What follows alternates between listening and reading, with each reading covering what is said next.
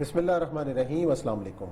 میں ہوں محمد عثمان اور آپ دیکھ رہے ہیں پروگرام ارفراز اور مقبول جان کے ساتھ۔ ناظرین، کل سینٹ کا الیکشن ہے اور چیئرمین اور ڈپٹی چیئرمین کے انتخابات کے لیے کل ووٹنگ ہونی ہے، اور چیئرمین سینٹ اور ڈپٹی چیئرمین سینٹ کون ہوگا، بڑا کلوز مقابلہ ہے، اور تمام تر نظریں جو ہیں کل اسلام آباد پر ہیں۔ کیا یوسف رضا گیلانی چیئرمین سینٹ بنیں گے یا موجودہ چیئرمین صادق سنجرانی صاحب ایک بار پھر اس عہدے پر برقرار رہیں گے؟ اس کا فیصلہ کل اس وقت تک ہو جائے گا۔ لیکن اس کے ساتھ ساتھ آج ایک اہم اجلاس ہوا، وزیر اعظم پاکستان جناب عمران خان صاحب کی صدارت میں کور کمیٹی کا اجلاس تھا تحریک انصاف کی، جس کے اندر عمران خان صاحب نے اور بہت ساری باتوں کے ساتھ ساتھ ایک یہ بات کہی کہ نہ وہ پہلے دباؤ میں آئے تھے نہ آئندہ دباؤ میں آئیں گے، اور ہمیں نئے انتخابات سمیت ہر آپشن پر نظر رکھنی ہوگی۔ نئے انتخابات سے ان کی کیا مراد ہے؟ کیا وہ مڈ ٹرم انتخابات کی طرف سوچ رہے ہیں جانا؟ کیا نئے مینڈیٹ کی طرف عوام سے رجوع کرنے والے ہیں؟ اس پہ بھی کریں گے بات۔ اور ایک اور اہم بات کہ جو دنیا میں خطرے کی گھنٹی بج رہی ہے کہ کرونا کے کرائسس کے اندر فوڈ سیکیورٹی کا ایک معاملہ جو ہے وہ سر اٹھا رہا ہے، اور پاکستان بھی ان ملکوں میں شامل ہے جہاں یہ کہا جا رہا ہے کہ فوڈ کے حوالے سے جو ہے وہ قلت کا سامنا کرنا پڑ سکتا ہے۔ اس حوالے سے ہماری تیاری کیا ہے، اس پہ کریں گے بات۔ اور ساتھ ہی کرونا کرائسس کے اندر ایک بار پھر تعلیمی ادارے بند کیے جا رہے ہیں، دنیا بھر کا کیا ایٹیٹیوڈ ہے اور ہم تعلیم کے حوالے سے کیا سوچ رہے ہیں، اس پہ بھی کریں گے بات۔ بڑھتے ہیں پہلے موضوع کی جانب، اور یہ سب باقی موضوعات پر تو ہم بعد میں کریں گے، لیکن آج شب معراج بھی ہے، ایک برکت والی رات ہے، اس حوالے سے تھوڑی سی گفتگو کریں، اس کے بعد پھر ہم دیکھیں، رسول اللہ صلی اللہ علیہ وآلہ وسلم جب اس دنیا میں تشریف لائے تو آپ نے جو دعوے کیے تھے، اگر صرف ان دعووں کو آج جدید دنیا کے حوالے سے دیکھ لیا جائے تو رسول اللہ کی دعوت پر ایمان لانے میں کوئی مضاحکہ نہیں رہتا۔ بے شک، یعنی آپ سوچیں کہ جس وقت آپ ہجرت کر کے نکلے ہیں تو آپ کے پیچھے ایک شخص جو تھا سراقہ نام کا، وہ پیچھے آیا اور آ کے اس نے آپ کو ڈھونڈ لیا۔ تو جیسے ہی آپ کو دیکھا تو اس کا گھوڑا جو تھا وہ دھسنے لگا، وہ دوبارہ اکھڑا تو پھر دھس گیا، تیسری دفعہ اس نے امان پائی تو آپ صلی اللہ علیہ وسلم نے امان دیتے ہوئے کہا، سراقہ وہ دن بھی کیا عجیب ہوگا جب تمہارے ہاتھ میں کسرا کے کنگن ہوں گے۔ یہ بالکل ایسے ہی ہے کہ جیسے آج کوئی شخص بیٹھ کے کہے کہ کوئی دن بھی کیا ہوگا کہ جب تم وائٹ ہاؤس کی کرسی پہ بیٹھے ہوئے ہوگے اور کرسی تم اٹھا کے اپنے گھر لے کے آؤ گے۔ اسی طرح اور بہت ساری پیش گوئیاں جو آپ کے ساتھ ساتھ، اس وقت اگر کوئی شخص یہ کہتا کہ یہ آج رسول اللہ صلی اللہ علیہ وسلم جو ہیں پرواز کر کے وہ پلک جھپکنے میں آپ وہاں تک پہنچے، اور وہ کہا جاتا ہے کہ زنجیر بھی ہلتی رہی سب کچھ، آج سے صرف 50 سال پہلے تک، جب تک تھیوری آف ریلیٹیوٹی نہیں آئی تھی، جب تک کوانٹم فزکس کا تصور نہیں آیا تھا، دنیا پوری جو ہے وہ یہ سمجھتی تھی کہ یہ دنیا جو ہے ایسی ہی ہے، ایٹم جو ہے ایک انڈیویزبل پارٹیکل ہے، اس کو نہیں توڑا جا سکتا، وہ انرجی میں کنورٹ کیسے ہوگا، یہ وہ۔ ایک شخص آئنسٹائن آتا ہے اور وہ کہتا ہے کہ اگر ایک اس کو جسم کو ایک ایسے سیارے کے اندر ڈال کے دنیا میں گھمایا جائے جو لائٹ کی سپیڈ کے حساب سے ہو 1,24,000 میل فی سیکنڈ کے حساب سے، تو اس جو واپس آئے گا تو ٹائم اینڈ سپیس کا کوئی اثر نہیں ہوگا، اس سے باہر نکل چکے ہو، صحیح، یعنی وہ دنیا کی ٹائم اینڈ سپیس کے۔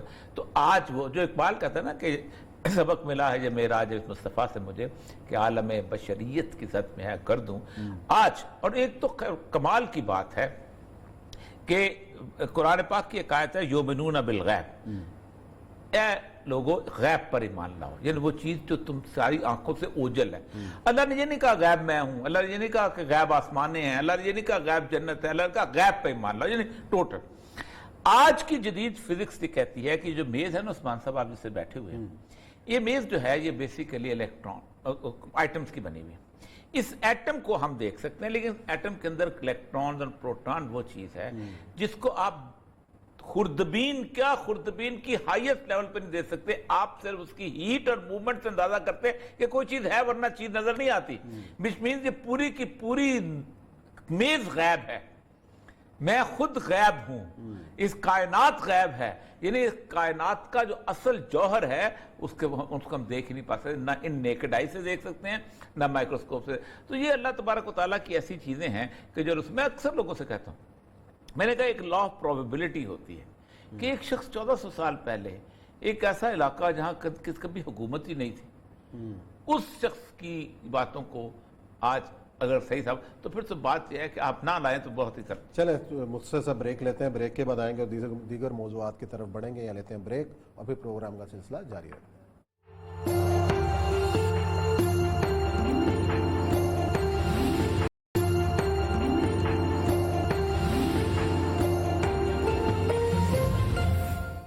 پروگرام میں خوش آمدید. ہم بات کر رہے ہیں سینٹ کے الیکشن کی کہ کل چیئرمین اور ڈپٹی چیئرمین کا مارکا جو ہے وہ لڑا جا رہا ہے.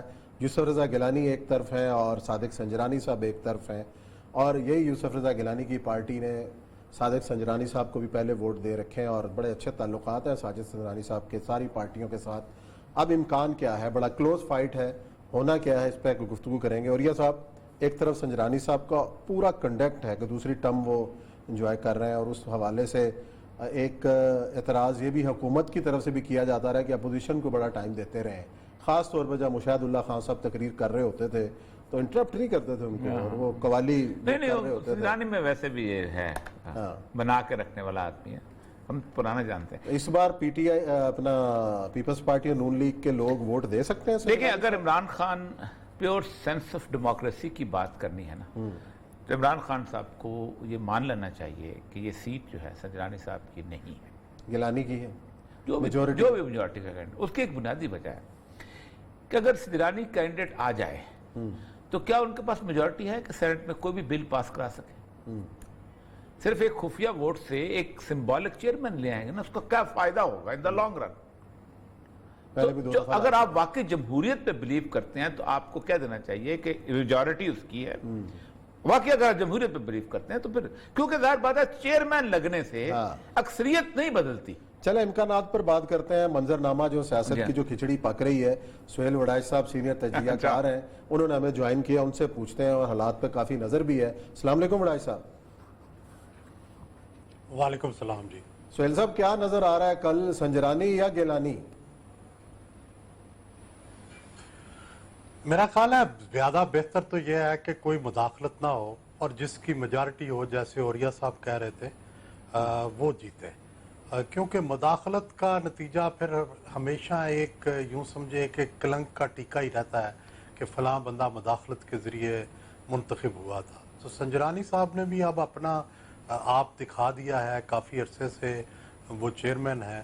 اب میرا خیال ہے فیئر الیکشن ہونا چاہیے، جس کی امید تو کم ہے، لیکن اگر فیئر الیکشن ہو اور جو بھی جیتے، چاہے سنجرانی صاحب جیتے چاہے گیلانی صاحب جیتے، بظاہر تو اگر فیکٹس اینڈ فگرز پہ جائیں تو پھر تو گیلانی صاحب کو جیتنا چاہیے، ان کی میجارٹی ہے تو. اور لیکن دوسرا یہ ہے کہ سیکرٹ بیلٹ ہے، لوگوں کو اجازت بھی ہونی چاہیے اپنے ضمیر کی آواز پر ووٹ دینے کی. لیکن جب مداخلت کی جاتی ہے باہر سے، جب مداخلت کی جاتی ہے باہر سے تو پھر اس کے نتائج جو ہے وہ کئی عرصے تک اس پہ بحث ہوتی ہے اور کئی عرصے تک اب نارمل چیزیں ہو جاتی ہیں. تو یہ مناسب نہیں ہے.